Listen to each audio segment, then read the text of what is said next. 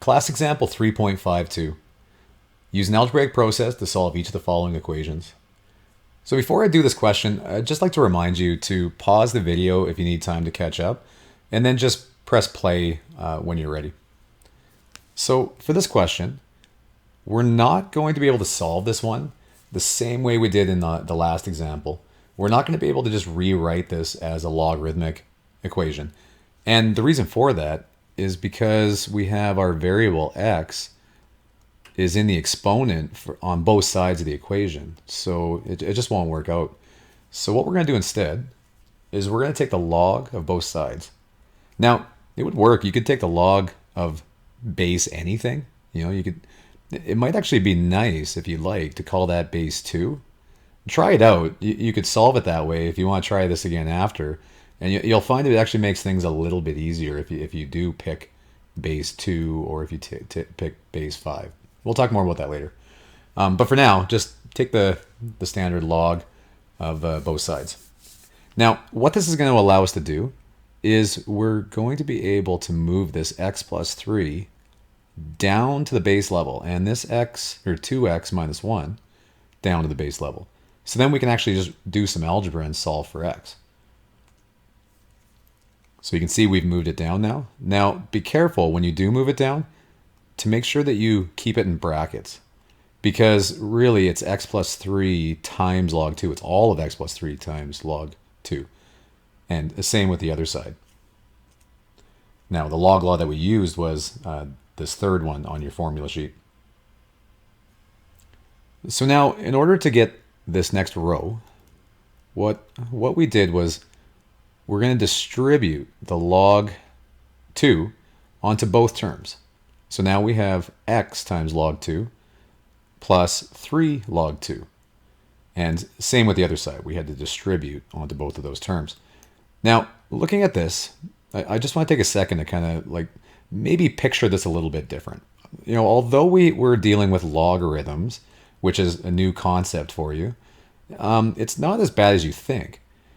Like just to bring this into a realm that you might recognize, a term like this would be similar to something like, let's say, 3x. It's just a coefficient and then the x term. And then this here, well, this is like a constant. Like, although it's, we've got logarithms, that'd be like plus 4, right? So it's just a constant is equal to, and then again, this is a coefficient and, another part of the coefficient, but that would be like, 2x, let's say. And then minus, and again, this is like a constant, so that might be like 2. You could solve that, couldn't you? Well, we're going to do a similar method, but just including the logarithms as well. But just don't be freaked out from the fact that we're dealing with logs. So what we're going to do, we're going to get the x terms to the same side, just like you normally would when you're doing algebra. So we had this x log 2 on the left side of the equation. So we just subtract it to both sides to bring it over here. So you see now we've got both of our x terms. And then we moved the log 5, the minus log 5, became positive log 5 on this side of the equation. So now these are just numbers, right? That you could put that in your calculator and you can get a number. But we're going to leave it like that so we get an exact solution.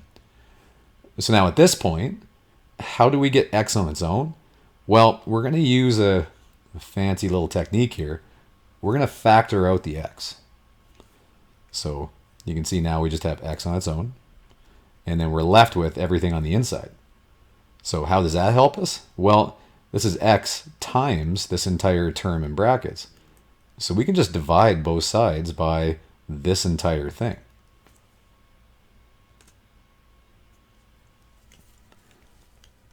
So you can see that on this step. Now we're just dividing by all of this. Okay, so this really is our answer. So now from this point on, we're just going to try to simplify it up a little bit. So the next thing we could do, we can move this 3, that's a coefficient out front. We can move that back up to the exponent. So we could call that 2 to the power of 3. And similarly on this term, we could move that coefficient of 2 back up on top of the 5 as the exponent there. So looking back at this, this was log 2 to the power of 3, which is really just log 8, right? And we can combine these again now. Since we're adding logs with the same base, you could combine those as a single logarithm. You can combine that as log of 8 times, right? Because we were adding, so times 5. Okay? And in the denominator, so this is really log 25 minus log 2. That became log 25 as a single logarithm divided by 2. So just actually performing those operations, now we've got log 40 over log 25 over 2. And that would be our answer. That would probably be as simple as we would like to make it there. Now, using your calculator, we can check.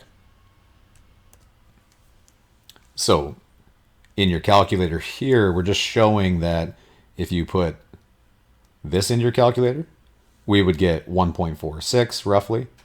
And if you put in the simplified version, again, we get 1.46.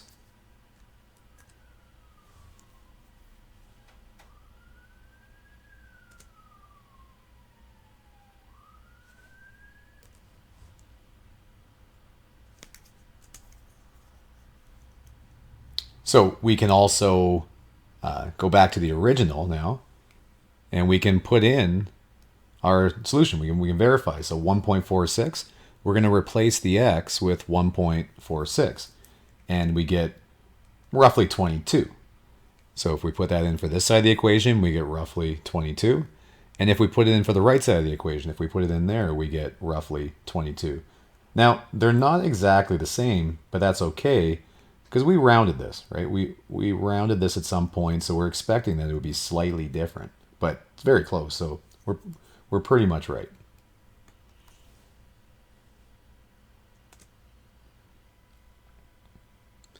So we can also verify graphically. So we can put in the left side of the equation as y1 and the right side of the equation as y2, as we see here. And then just find the intersection. And you'll see that you also get 1.46. Okay, let's try part B. So note that while you may be tempted to just divide both sides by 2 here, that won't really solve anything, because now we're going to have a division by 2 on the right side of the equation, which makes it almost like a little bit worse. So what we're going to do right off the bat is we're going to take the log of both sides. Okay, now a common place to make a mistake here would be to move the x plus 2 in the exponent down to the front of the logarithm at this point. But that's not going to be quite right, because the x plus 2 was only attached to the 6, right? That was the exponent of just the 6, not the 2. It wasn't this, right? I'm not taking the log of 2 times 6 to the power of x plus 2. So where I'm getting at this is that we need to split this up into 2 separate logarithms.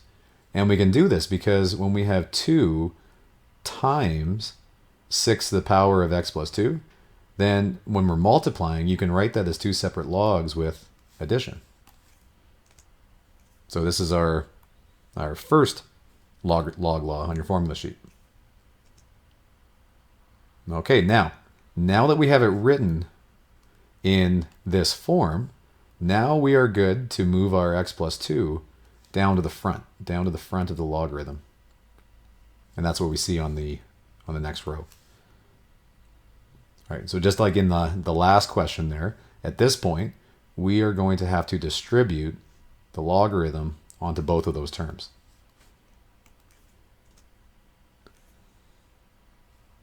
So you can see we get log 2 plus, and now this became x log 6 plus 2 log 6, which is equal to, and then distributing that one out, we had 2x log 3, and then minus 3 log 3.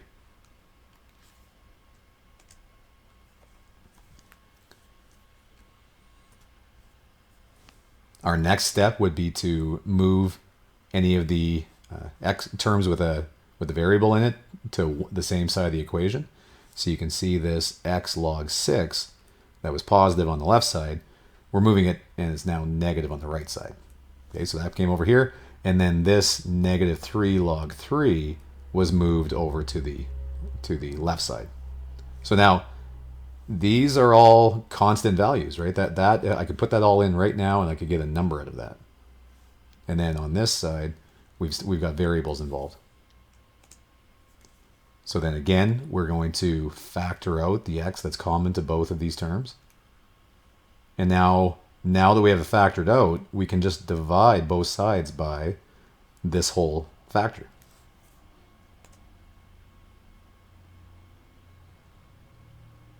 Now, we'd like to clean this up a little bit, and I can't do that yet. And the reason for it is because I've got these coefficients out front. So I can't combine logs using my log laws. So step number 1 is going to be to move these coefficients back up to the exponents. And now that we have it written in that form, we have the same base for everything in the numerator there. So now, since we were adding everything on the top, then they would become multiplication. And in the denominator, we'd have 9, right? 3 squared minus log 6. So that would become 9 divided by 6 under a single logarithm. And then just simplifying that up.